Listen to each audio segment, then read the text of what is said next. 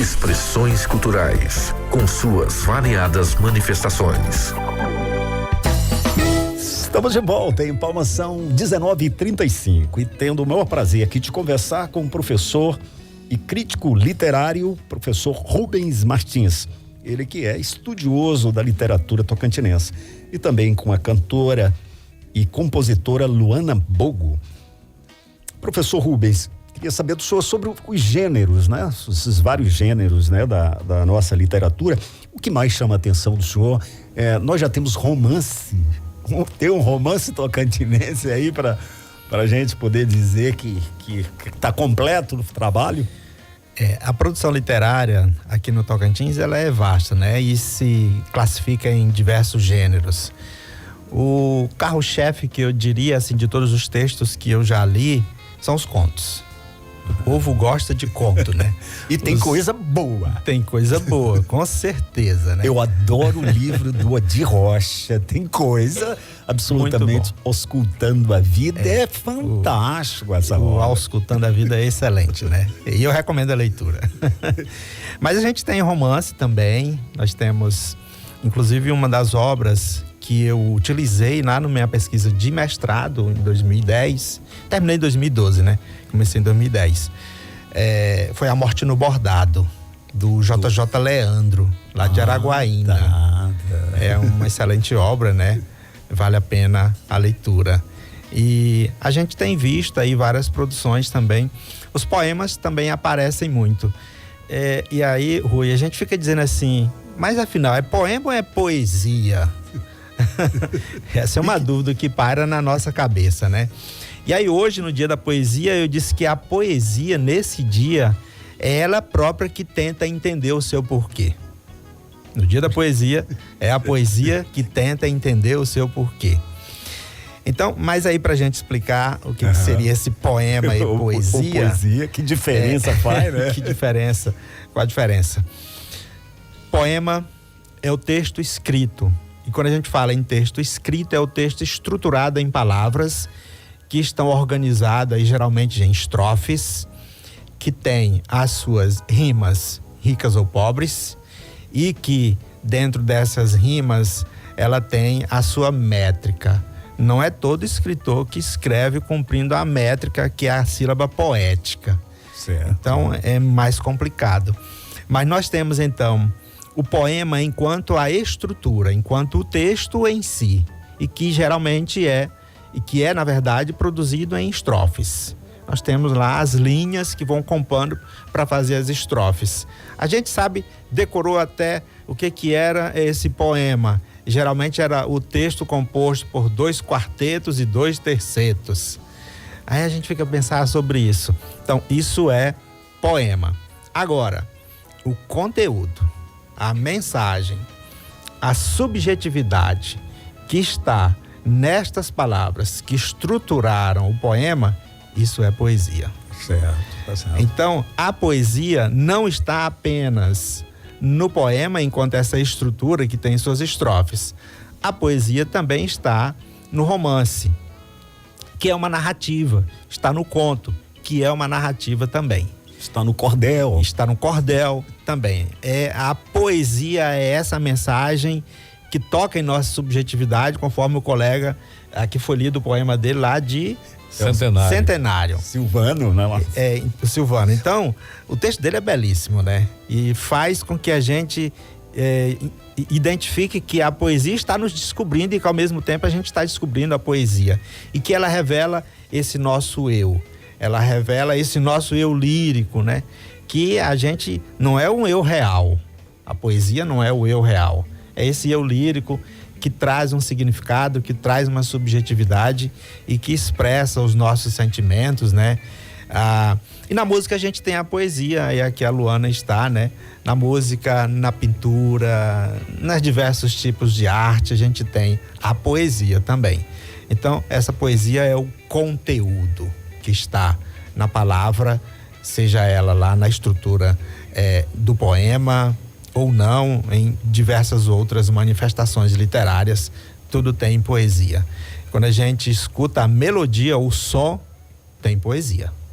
Bacana. Então agora vamos à música que nós prometemos da Luana Bogo, que é Profissão de Fé. É isso? Vamos aí.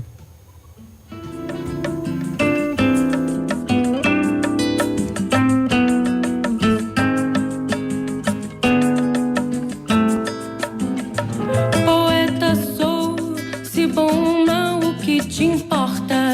Seu agrado, seu agrido, o que é que tem? Não faço versos pra fixá-lo sobre a porta, nem pra buscar louvores fáceis de ninguém. Poeta sou, se chorou e o que interessa. Não faço versos pra enfeitar meu mausoléu. Poeta ou melhor, rabisco verso a peça, porque cá dentro arde um doido fogaréu. Não faço versos pra cobrir o chão de flores, mas pra apagar o incêndio do meu coração. A dor é a brasa e as mil brasas são mil dores. Minha poesia é canto de libertação. Eu faço versos como quem apaga brasas, pois apagar as brasas alivia a dor. E cada dor que morre faz nascer das asas uma asa, esperança, outra asa, o amor. E cada dor que morre faz nascer das asas uma asa, esperança, outra asa, o amor.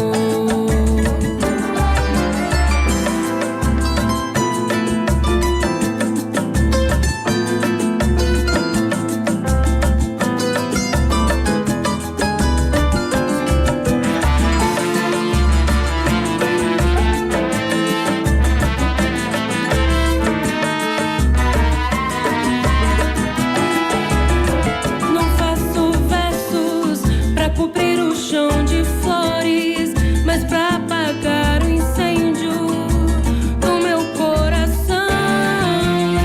A dor é a brasa e as mil brasas são mil dores. Minha poesia é canto de libertação. Eu faço versos como quem apaga brasas, pois apagar as brasas alivia a dor. E cada dor que morre faz nascer das asas uma asa, esperança, outra asa, o amor. E cada dor que morre faz nascer das asas uma asa, esperança, outra asa, o amor.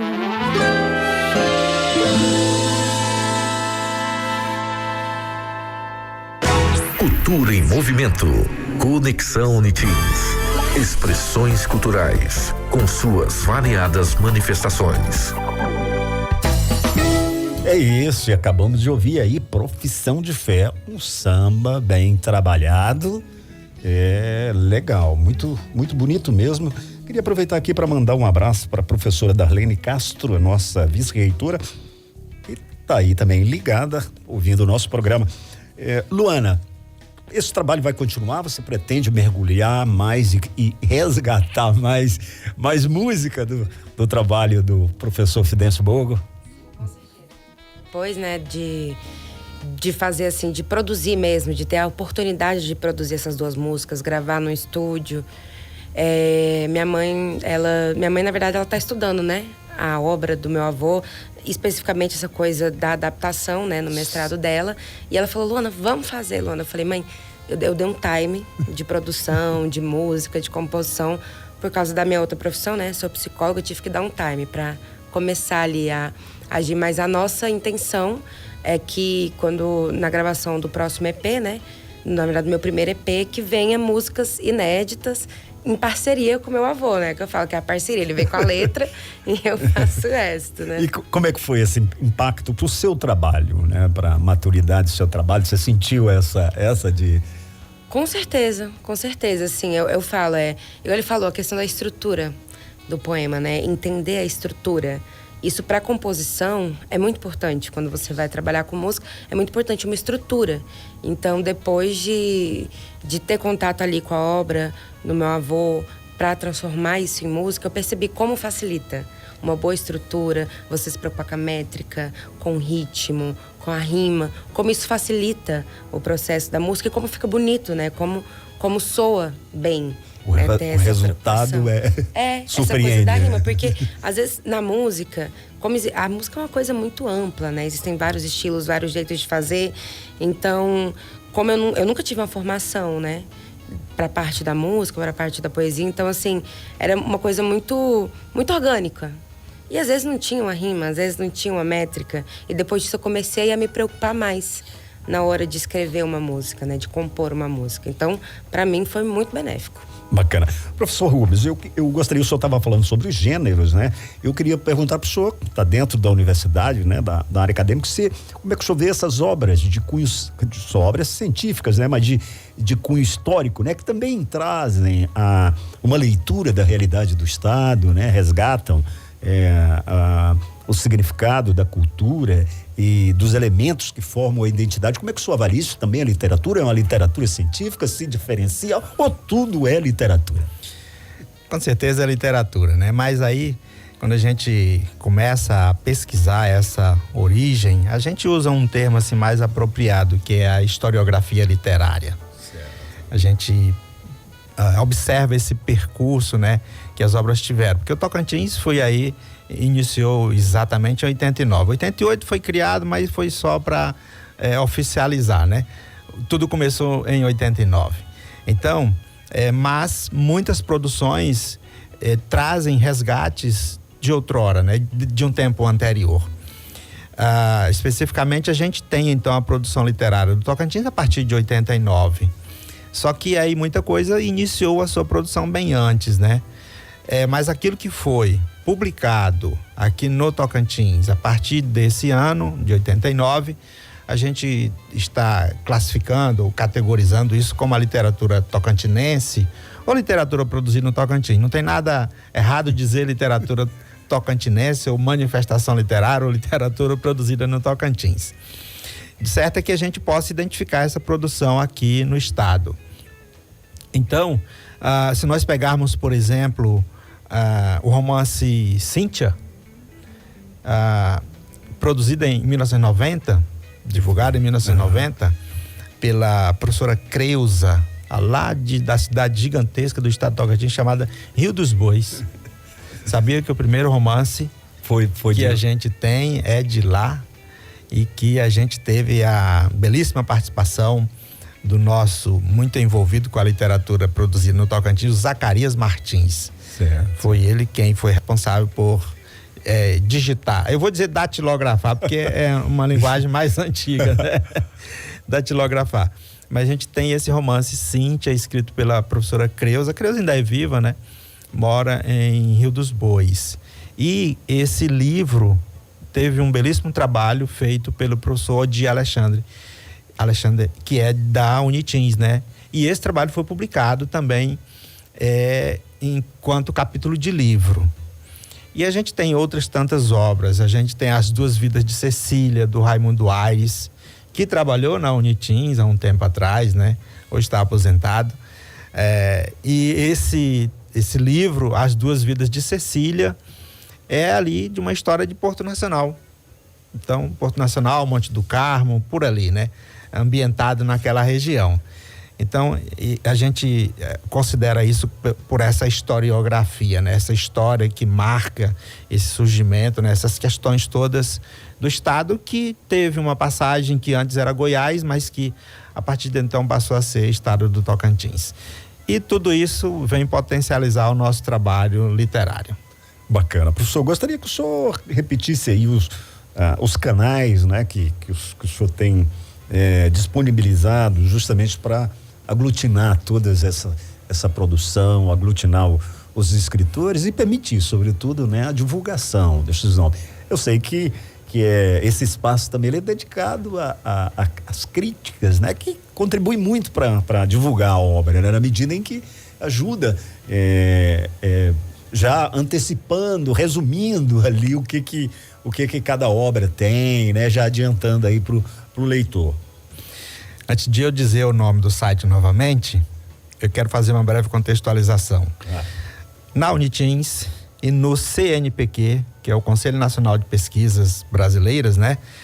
Nós institucionalizamos um grupo de pesquisa chamado GPLIT, que é Grupo de Estudos de Pesquisa em Literatura do Tocantins.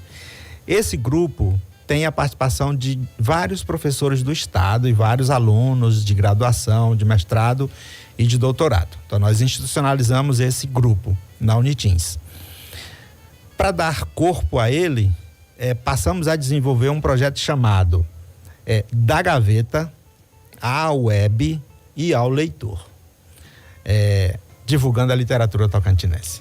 Tirar da gaveta. Né? Tirar esse livro que está produzido, que o autor fez o investimento e que guardou na gaveta. A gente sabe muitas histórias assim, né? Verdade.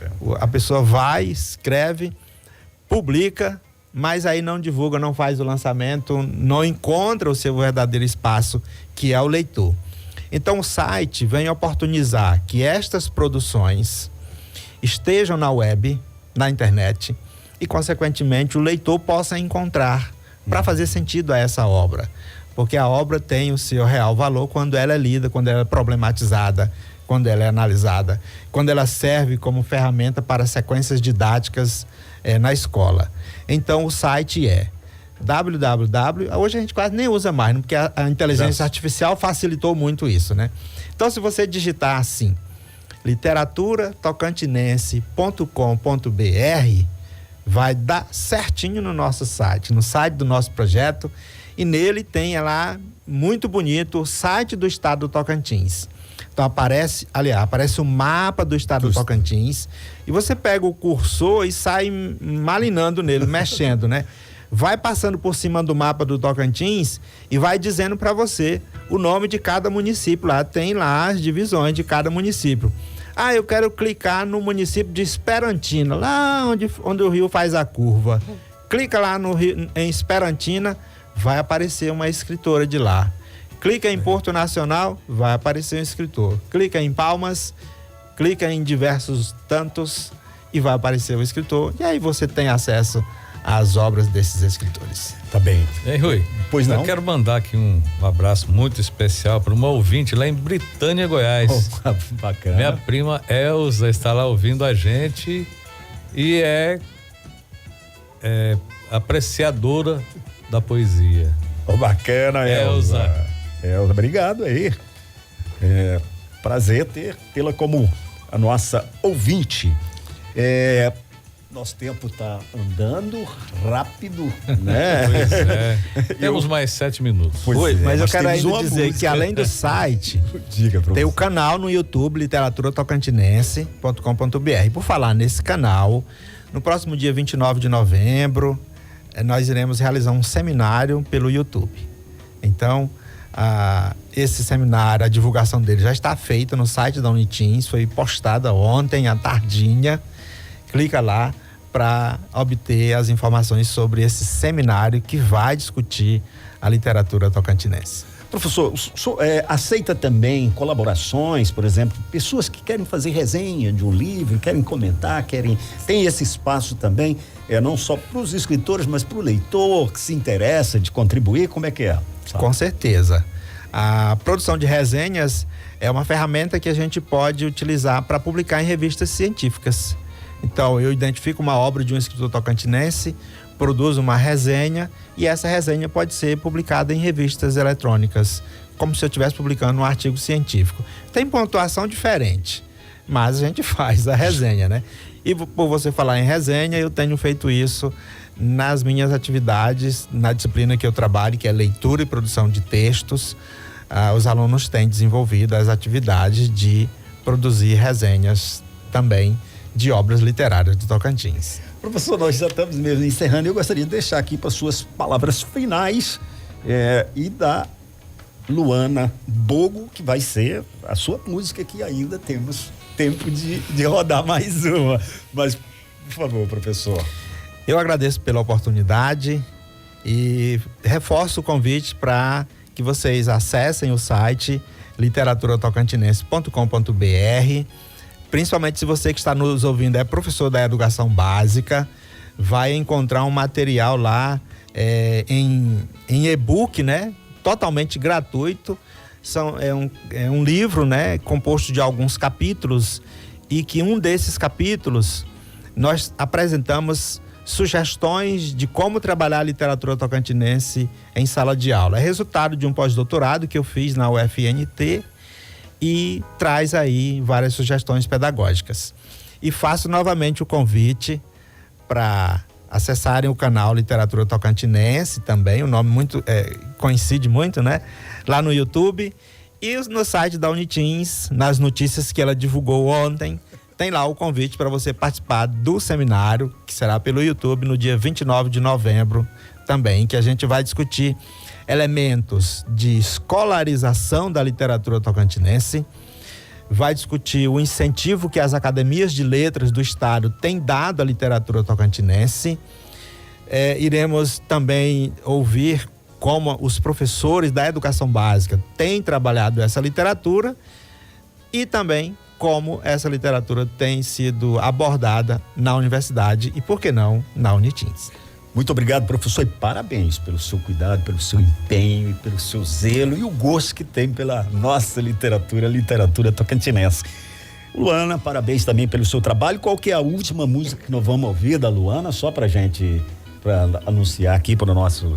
Ode a Canção e seus cantadores. Essa é uma composição minha, que eu tive a oportunidade de produzir e gravar com a minha banda autoral, Lua Odara. Não existe mais, os músicos estão cada um no canto do Brasil, mas é um trabalho que eu tenho muito orgulho, que é uma homenagem aos grandes intérpretes e cantores e compositores aí, né? Essa paixão pela música. Queria agradecer o espaço, né? É sempre bom poder falar da arte, da poesia, do meu avô, né? Também. Então é isso, muito obrigada pelo convite e espero que vocês gostem da música. Obrigado, Luana, parabéns pelo seu trabalho. Para encerrar aqui, eu vou ler aqui, declamar um poema em homenagem ao Carlos Drummond de Andrade, chama Poema, de autoria dele. Gastei 1 hora pensando em um verso que a pena não quer escrever. No entanto, ele está cá dentro, inquieto, vivo. Ele está cá dentro e não quer sair. Mas a poesia deste momento inunda a minha vida inteira. Espero que foi isso que esse programa fez com vocês aí que estão nos ouvindo. Na sequência, vocês vão ficar com o programa Originários, com o jornalista Marco Jacobi e o antropólogo André Demarque. Vamos à música da Luana Bogo para a gente encerrar. Boa noite e até a próxima.